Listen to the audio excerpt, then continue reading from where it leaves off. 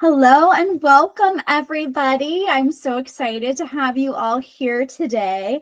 I'm Allison Cooper, the CEO of Influencer Secrets Academy, and today I'm so excited to share all things organization with you guys. I have Alexandra Beauregard, who is a productivity coach, systems strategist, and owner of the Productivity Zone. So I am going to turn it over to you, and you give us a little intro and share more about what you do.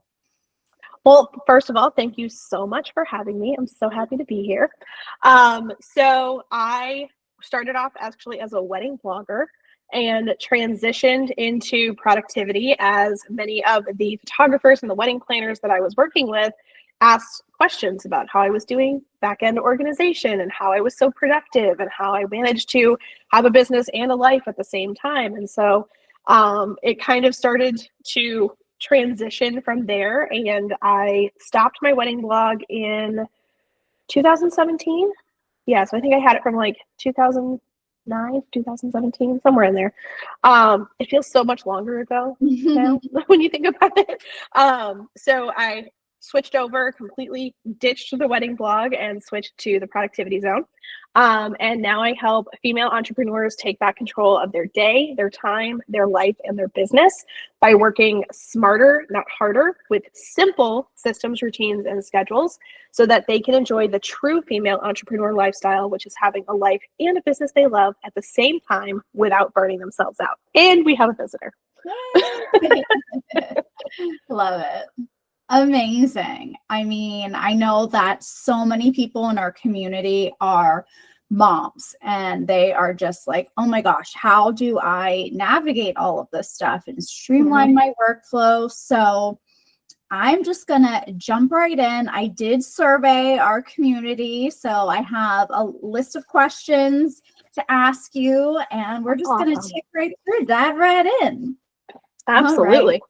So, first question, what are the most common productivity pitfalls you feel that people face, and what are your tips for avoiding them? Oh boy, how much time do you have? Because there's a lot. How about I give you my top three? That way, perfect. We won't be here all day. So I think one of the first things is a lot of people make brain dumps or wish lists instead of to-do lists. And the biggest difference is that a to-do list should not go on for pages and pages, or it shouldn't be as long as your arm, because in fact, science has proven that we can only realistically get 3 main things done every day. So oftentimes when I'm working with coaching clients and they say, I'm not getting enough done, or, I don't feel like I'm getting a lot done. There's a lot of other reasons, but one of the biggest ones is actually that their to-do list is too darn long. And that they're setting themselves up for feeling like a failure at the end of the day because they didn't check off every single thing on their to-do list. But oftentimes when we look back at their to-do list, I'm going, you did get 3 big things done today. You just had too many things on the list. And that was unrealistic for the day. So that's definitely a big one. Another one I think is not planning, or thinking that planning is a waste of time. I often hear people say that they get more done if they just start working, but I have to politely disagree with them on that, because by planning ahead, you eliminate the question, what do I do next? You eliminate time slipping away as you sit there and sift through all of the to-dos you have to do in search of the next thing you should do. Oh, yeah. So, and by planning ahead, you're also eliminating the accidental procrastination that occurs. And by that, I mean getting lost into the social media scroll, or even like procrastination organization, that they start doing something that that's not urgent in the moment. It's still important, but it's maybe not urgent in the moment, or they're just checking their email, or they're scrolling through social media, like I said. So planning, long story short, planning is not a waste of time. I like to think of it that it's going to make you more productive in the long run, and it's actually going to help you get more things done. So that I like to encourage people to stop winging it and start planning it, because winging it is not a long-term business strategy. It's not a business strategy at all, in essence. So I think that was 2. So number 3 would probably be not tracking your time. I am a big fan of time tracking. It's one of the most valuable exercises that you can do as a female entrepreneur, as a work from home. Even if you're doing it part-time, full-time, if you're an influencer, what have you. But when you, I have this conversation with clients all the time, but the first step to taking back control of your time is tracking your time, is finding out where your time is going. And the cold, hard, honest truth is that the time flies when you're working hard, but also when you're hardly working. So, and if you didn't check off everything on your to-do list today, or you regularly get to the end of your workday and wonder, what did I do? What in the world did I do all day? Or you feel like you're constantly working and you feel like you're constantly busy, but you get to the end of the week and you're like, I don't have anything to show for what I did. I don't feel like I got anywhere, like I moved the needle.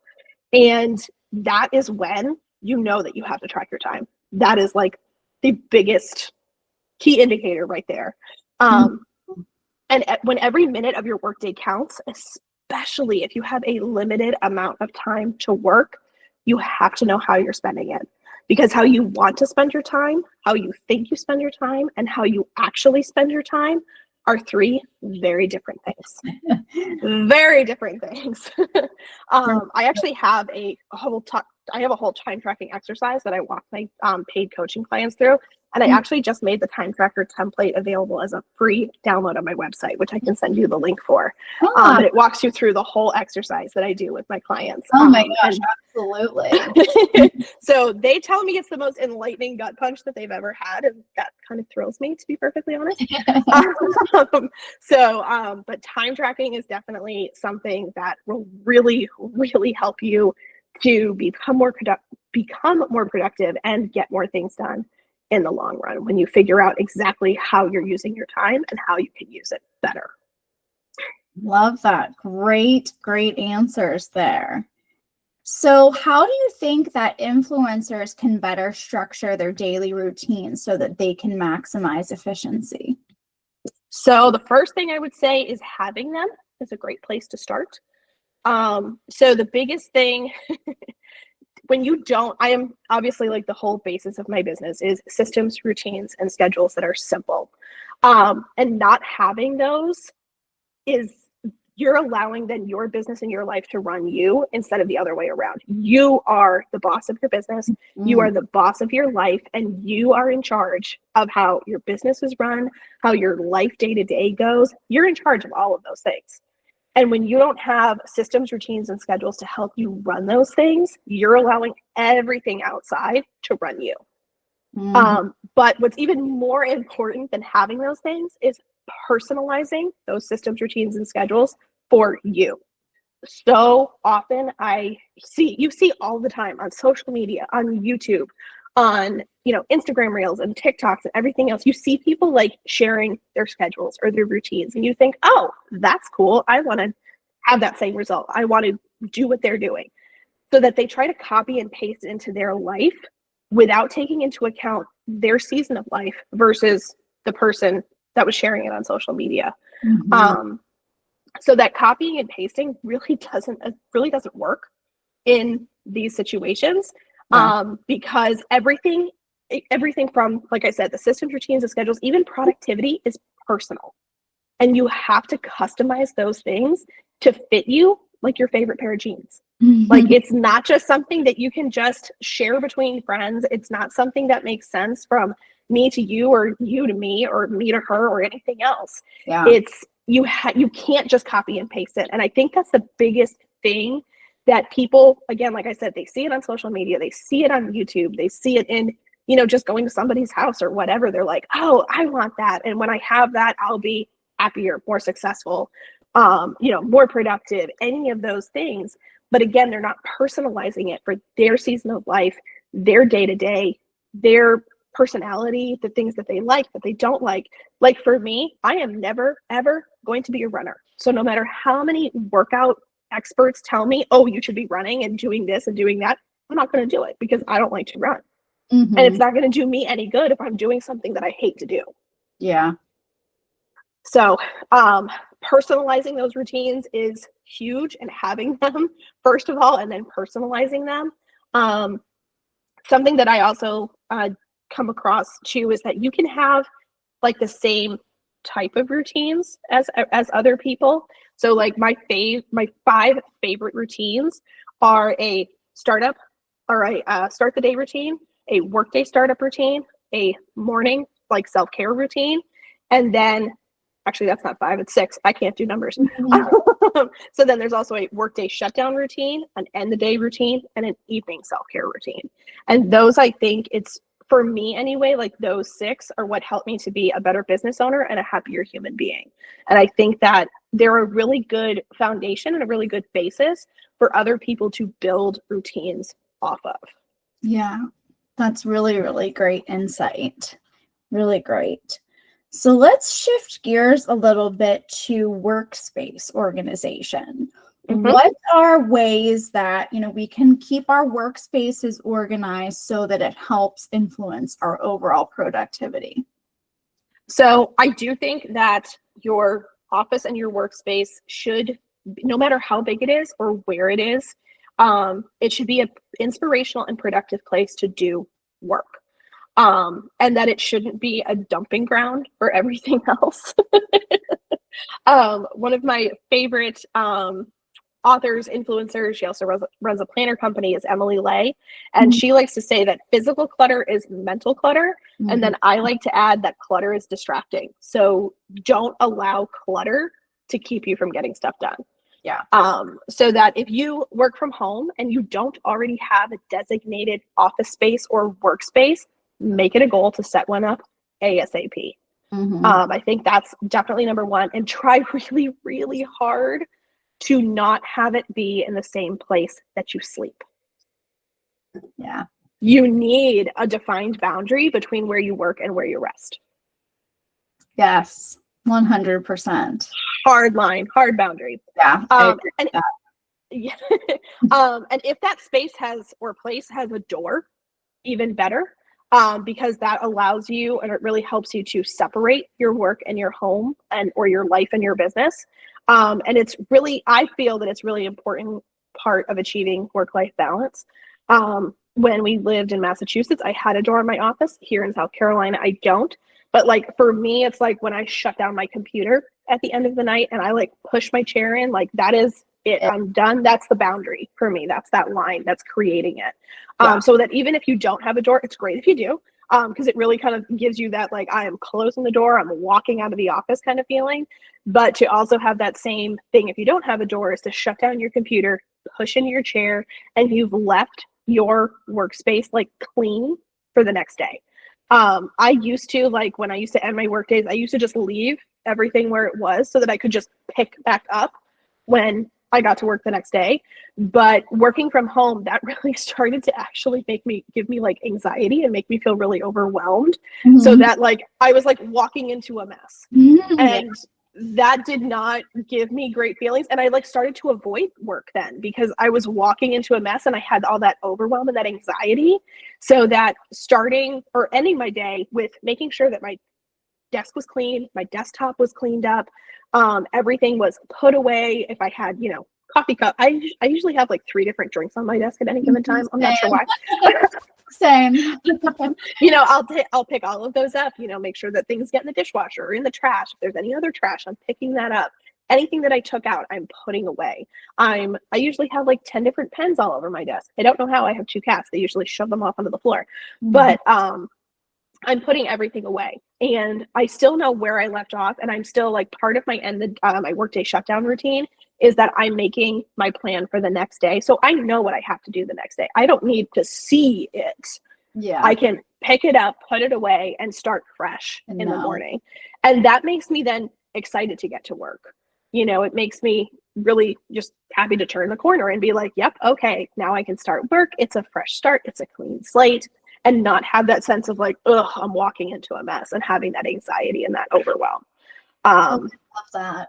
I need to start so shutting things because I do leave my notebooks open, and I definitely need to get out of that, out of that habit. Awesome. So, speaking, I guess, more specifically to influencers and managing, their content creation, right? It's mhm. so easy to get burned out and feel overwhelmed. Are there any tips that you have for managing that? So I think the biggest thing is to really give yourself permission to not have to do all the things on all the platforms.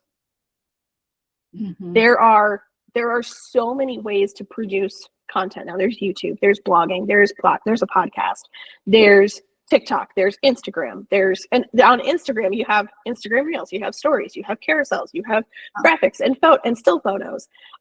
There's Facebook still. Facebook's not as big anymore, I don't feel. But there's just so many places for you to be, and there's so much content that you can put out. And I feel like there's this constant pressure to do more. And the biggest thing is, an analogy I like to use is that there's only one of you, and you can't be in more than one pool. If you go to a resort and there's 5 fancy pools and you're like, I want to go to every single one, great. You can't be in more than one at the same time. But you can hit each one of those pools throughout the day. Yeah. So that you can get to everything. You just can't do it all at the same time. So that and again, I feel that everybody, there's this more, faster. The whole thing, just, it's part of our society at this point. Yeah. But you can give yourself permission to focus on less. And when you focus on less, you're actually going to accomplish more. So my recommendation, if you're brand new to a business, influencing, whatever, what have you, is to start with one. Start with one platform, one type of content, and really get used to it, get it down, make it so that it's very easy for you to do, that you can do it with your eyes closed, basically. Then add a second thing, then maybe add a second platform. I think a lot for most people, I think sticking to a big 3 or top 3 platforms is a great just milestone to hit and stick with. And even to have to really kind of keep that in mind of having long form content and short form content. So to have, to have a blog and Instagram, or to have a podcast and TikTok, or whatever it is, you decide. But to have some type of long form content that is searchable is really important. And then also to have a form of short form content where then you're maybe finding more people like Instagram or TikTok. And each of those things you should be able to then figure out how to market them effectively for you. So that you're not just, creating content, but you're also getting a return on your investment. So that whatever, if you're creating, I remember back when I had my wedding blog, I was on Facebook, I was on Twitter, I was on LinkedIn. Was still Twitter back then. We had to add Instagram, and it was all of these things. And I remember sitting there, and I remember doing my end of year review at one point, and I was looking at it, and I was like, I'm really not getting anything from Facebook or Twitter. Everything's coming from my blog, and everything's coming from Instagram. It was Google search engine, not from the for the blog.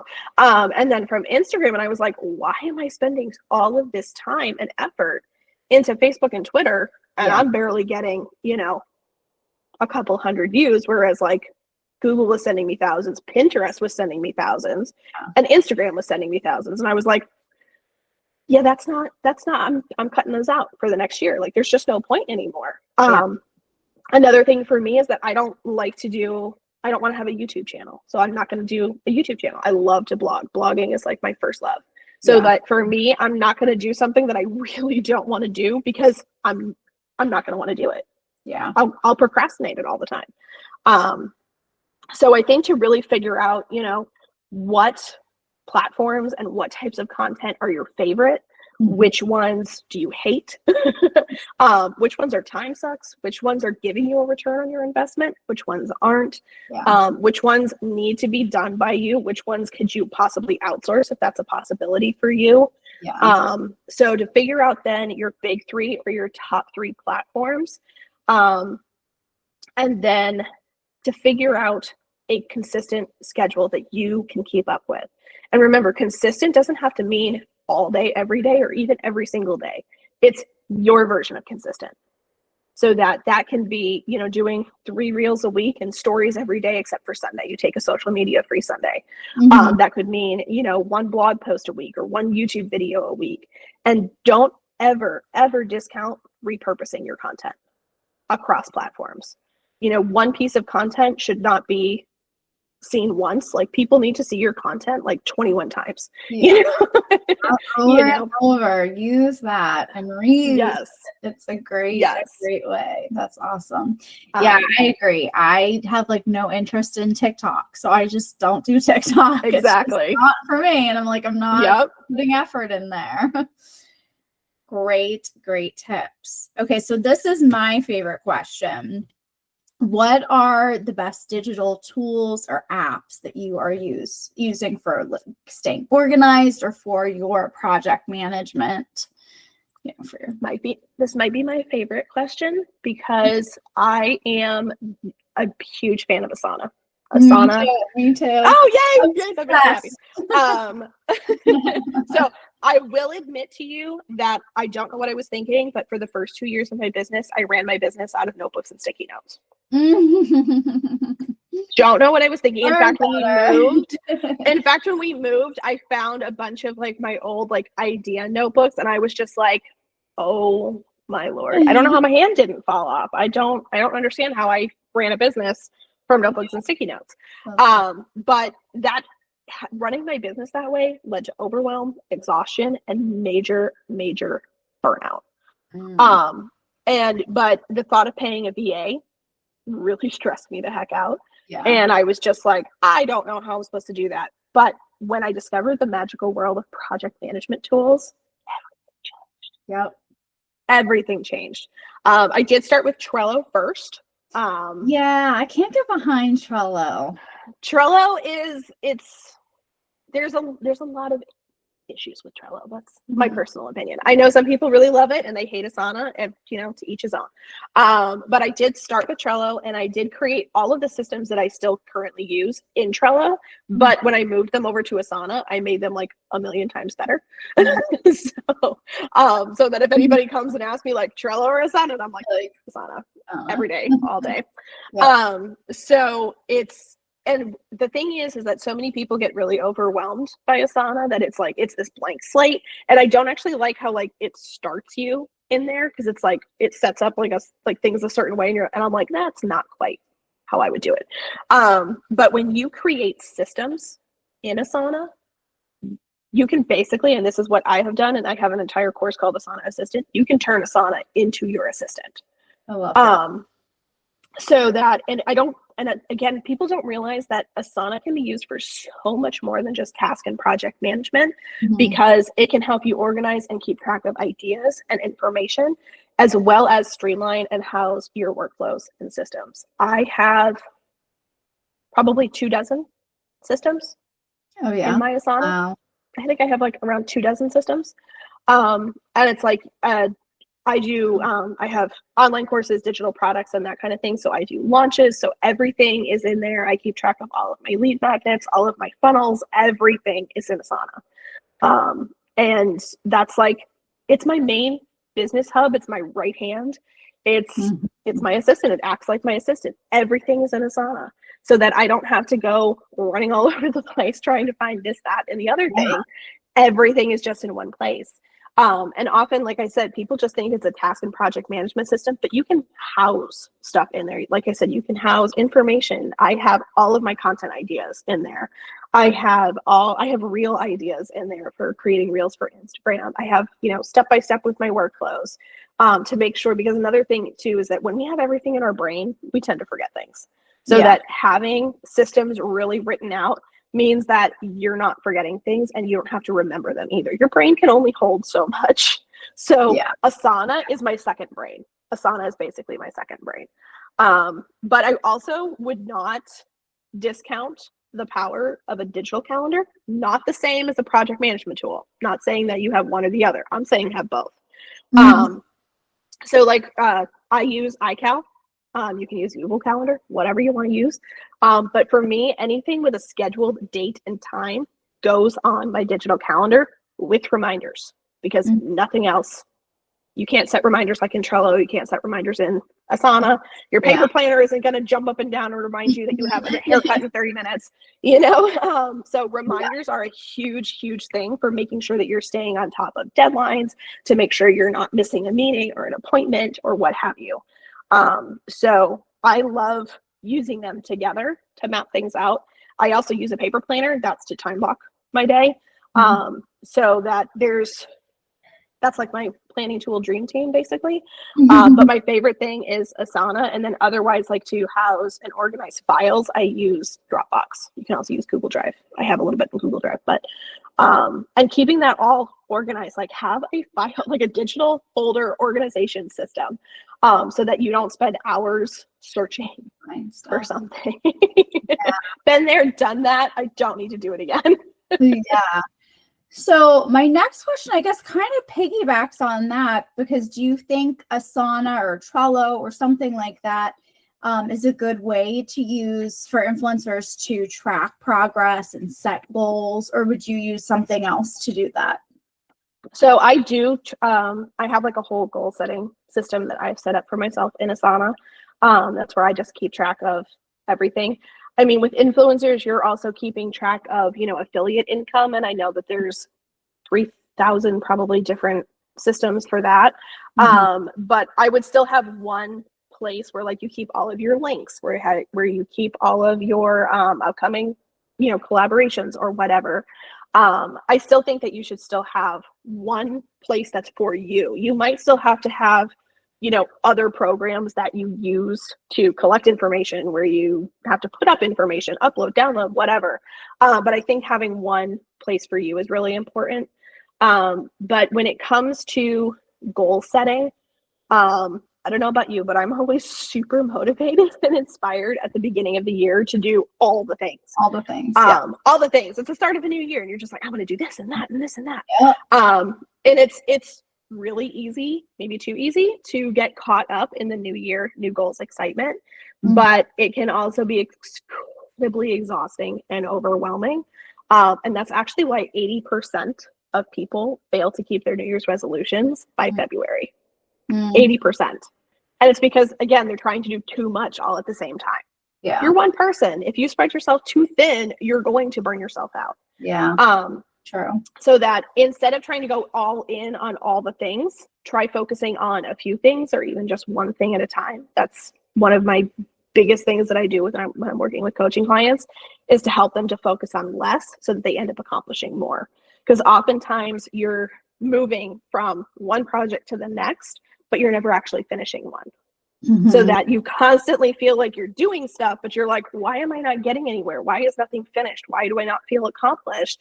And it's because you're just kind of flitting from each one and not actually finishing one. So that instead, what I like to do, I don't like to set yearly goals. I like to set quarterly goals, and then I break those down into monthly projects and weekly to-dos, or weekly plans and then daily to-dos, so that to take one thing and to go, okay, what are all of the steps that I need to do to get this done? And when do I want it to be completed?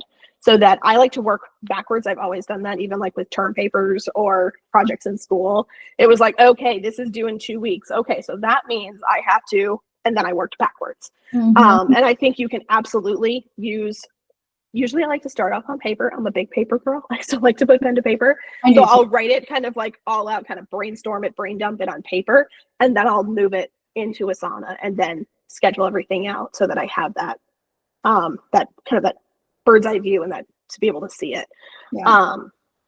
So I think also too, I like to use, have you ever heard of the good, better, best goal setting method? It sounds familiar, but please explain. So I personally, so there's good, better, best goal setting method is not something new, but I've kind of taken it and put my own spin on it. So that myself personally, I don't believe in setting what I call pipe dream goals. I prefer to set realistic goals that are based on my business, my reach, my audience. And I use the good, better, best goal setting method to set realistic goals that not only make sense, but that I would be ecstatic to hit no matter what. So that so like for me, I hate, like if I set a goal and I don't hit it, it puts me like into just like a black hole spiral. Yeah. So that, and so that for me, I'm a very goal oriented person. I like to like hit benchmarks. I like to hit milestones. And that's what the good, better, best goal setting method is to set a good goal that's like really easily within reach. Like, yep, I can do this. It's realistic. I can, like, no brainer. Then better is like a little bit better than that. Like, what's the next step up? So it could be, and you can use this for anything. It doesn't have to be revenue. It doesn't have to be for a launch. It can be for your workouts. It can be for, you know, setting a new habit, setting a new routine. Make sure you're doing it for 3 days, then 5 days, then 10 days, or then 2 weeks, then for a month. You can set these benchmarks that it can help you to accomplish things more. It can help you to find success, see success, instead of missing goals constantly and then spiraling down that black hole. Yeah. So, and for me, like so it's not just good, better, best. I like to have good, better, best, reach, and dream goals. So that there's extra steps in there. Yeah. And because like I said, like the good goal is like, it should be easy peasy, like no, like there's just no way you're not going to hit it. But like that dream goal is like that just outside, but you're like, and it's like, but if you hit anything lower than that, you're still ecstatic that you hit a good, better, or best goal. So, and it really just kind of changes that whole mindset on goal setting, I think. So I think that's really important. And then the other thing, and I'm sure you have probably come across this yourself, it is to not allow somebody else's version of success to impact your version of success. Yeah, that's a big one, like dealing with that nasty imposter syndrome. Imposter syndrome. And even like we're our own worst critics. Yeah, we can be so hard on ourselves. And I don't know about you, but it can just happen if you're just, you know, sitting on the couch at night scrolling through Instagram, and you can be like, oh, my living room doesn't look as pretty as hers. And or just washes over you all of a sudden. Yes, it just, you know, or you're just like, oh, I could never wear that outfit that she's wearing. Yeah. Or I wish I could do my makeup as well as her. Or I wish I could, you know, film recipes that way, or whatever it is. But we really, your version of success should never be based on what someone else says it should be. And your version of success is not going to be my version of success. My version of success is not going to be somebody else's version of success. And we have to stop letting other people influence what makes us feel happy and successful. Yeah, that is huge. It's a tough one to get over. It's a big one, but I think once you really, like, there was a few, when was it? 2021, I think. When we're doing like online courses and launches, you hear a lot of times like all these people are having 6-figure launches, and you're like, oh my gosh, like that's like I want that. That's like the pinnacle, you know, point. And that's like when somebody has a 6-figure launch, they're shouting it from the rooftops, and they're then sharing, you know, how they did it and all of these things. And you're just like, oh my gosh, I need to have a 6-figure launch or I'm not successful. But when you look at how long they've been in business versus how long I've been in business, you kind of go, well, maybe that's not quite realistic. Yeah. Or you look at their reach. They have millions of followers. I have thousands. Big difference. Yeah. You know, they've spent hundreds of thousands of dollars on ads. You know, there's so, and again, that's even like when it comes, I'm going to bring it back to even like the routines. You can't just copy and paste somebody else's circumstances into your life and think, boom, it's going to happen for me the exact same way. And so instead of sitting there and going like, I'm going to have a 6-figure launch, that was a pipe dream goal, because I knew that wasn't going to be based on my business, my reach, and my audience. Yeah. So I used my good, better, best, reach, dream goal setting method. And I set those benchmarks, and I was like, okay, here's what it is.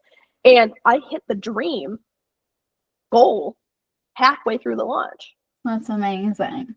I didn't make 6 figures, but I made a heck of a lot more than I thought I was going to. Yeah. That's And to me, that was amazing. And it really, like, once you actually see it, when you actually, like, your version of success, like, maybe it's to be able to drop off your kids and pick them up every single day from school. That's your version of success. Yeah. So then you are building your schedule, your business, your life around those things. For somebody else, they want to travel the world. They want to have that laptop lifestyle of being able to work from Tahiti if they want to. Yeah. You know, that's not my version of success. I don't want to do that myself personally. And I don't have to feel bad about that. Yeah. You can still be inspired. You can be happy for people. You can cheer them on, but try really, really hard. Try really, really hard not to let their version of success impact yours. Yeah, I love that. That makes a lot of sense. All right, I have one more question before we end here. And this is, I feel like this is a great one to end off on. We know that influencers tend to be very creative people.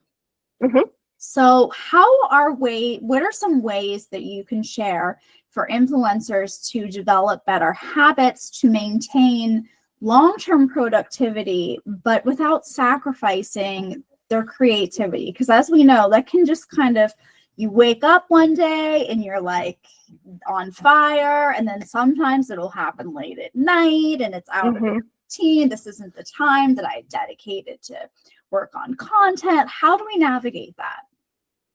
I think one of the biggest things, and again, I'm going to sound like a broken record, but to have those systems, routines, habits, and schedules in place, because they're the foundation that you can work off of.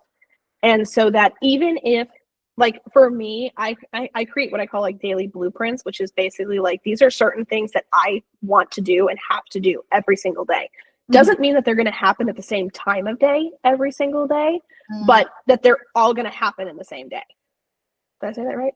I feel like I said that right. But it's all, so it's like 5 or 6 things that I'm like, these are going to happen every single day. And if I get to like at the end of the day and I'm like, oh shoot, I didn't get to one of those things, because for whatever reason, there's always going to be things that crop up, happen, bad things, good things. It's just a way of life. And you have to learn. I always say kind of like, you have to just kind of bend with the curves. And so if you are working on something and it's like you're hitting a brick wall, to have a list that you can look back on to go like, okay, that's not working. Well, let me try working on something else. Or sometimes as you're working, another idea comes to you. Sometimes if you're working on something that has a deadline, that is urgent, that is important, that needs to get done, I like to have kind of a brain dump notepad off to the side so I can jot down that idea and as many bullet points about that idea as possible so that I don't forget it. But sometimes you do have to then buckle down and work on the thing that has a deadline. Maybe it's, maybe you have a collab that's due and you're like, oh, I have to get this done. I really want to work on this thing, but I have to get this thing done first. That's your reward. Once you get this thing done, that'll help you really kind of buckle down and focus on the thing that has to get done, because then you get to go work on the other thing.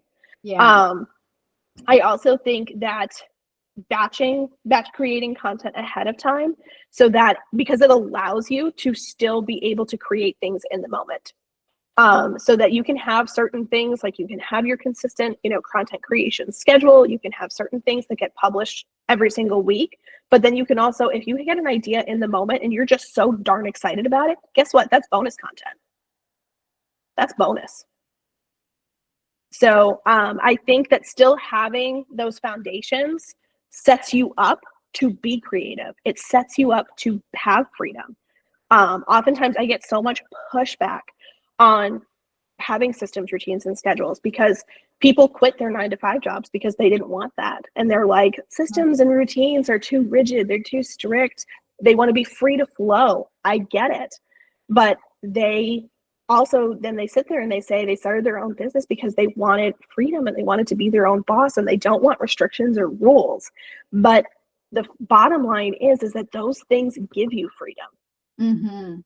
Those things give you freedom. They allow you to be creative. They help you be productive, and they help you feel accomplished. So that to really make sure that you are sticking to those things, But allowing, I always, I like to say to allow white space grace on your calendar so that you're leaving room for things to happen and giving yourself the grace to then do those things. Whether it's you have to run a kid up to the doctor, or you have an idea and you're so excited and you want to work on it. To have that space in your calendar allows you to do those things so that you're still getting the most important things done, but you've got little pockets of white space all over your calendar that allows you to have room for creativity or things to pop up. But I really truly think that they are what helps you to have a successful business and a life you love at the same time without burning yourself out. I love that. That is such great advice. I really love the thought or the mindset of having like your daily blueprint. And then it gives you that flexibility of what time you're going to get those things done, but knowing that you are going to get accomplished. So you can give yourself that freedom to be, during, for me, my mornings, my high energy, high focus time. So I know I have to do those creative things then. And it's different for everybody. It is. It's so different. And that's where that time tracking comes in, because when I do time tracking with my clients, you're not just tracking your time, because you also have to track your energy, because your energy ebbs and flows, and your energy is not going to be the same as my energy. Right. And to really figure out like when your productivity zones are for when you're the most, awake, productive, focused, excited to work on something. Yeah. And to know also when you have those crashes too, so that you're not scheduling, the really, the deep focus work at a time when your body's like, dude, I'm done. Like I got nothing left to give you, so to really figure out and pay attention to your energy, and don't schedule the deep focus stuff and the really creative stuff for when your brain is done, or when you just don't have the energy to do it. And instead really make sure that you're scheduling those things when you are. And a lot of times there are morning people, there are afternoon people, and there are night people. There are the night people, which I am the opposite. Me too. When I used to work retail, I was a huge night owl. Really? And it was really hard actually to break out of that.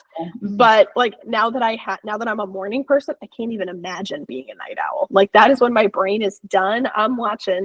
I'm catching up on all the stuff that I've recorded. I'm watching Netflix. I'm reading books. I'm totally checked out. My brain doesn't want to be sitting here working on copy or emails or filming or content or anything like that. So, and it's work with your brain, not against it. That's right. Oh, that is a great mantra to end on. I love that for this session. All right, say it again. Work with your brain, not against it. I love it. Thank you so much, Alexandra, for being with us today. I know that I personally learned so much, so I cannot wait to hear what nuggets everyone pulls out of this that, really can transform your productivity and your strategy for taking on your day, and you can really transform your whole life. Oh, absolutely. It's amazing. So that is awesome. I am so excited about this conversation. I'm like, okay, what am I going to go organize now? How am I going to dig deeper into my Asana board? I love it. Well, thank you for being here. Thank you, everybody, for joining us. And until next time, toodles. Thank you. Bye.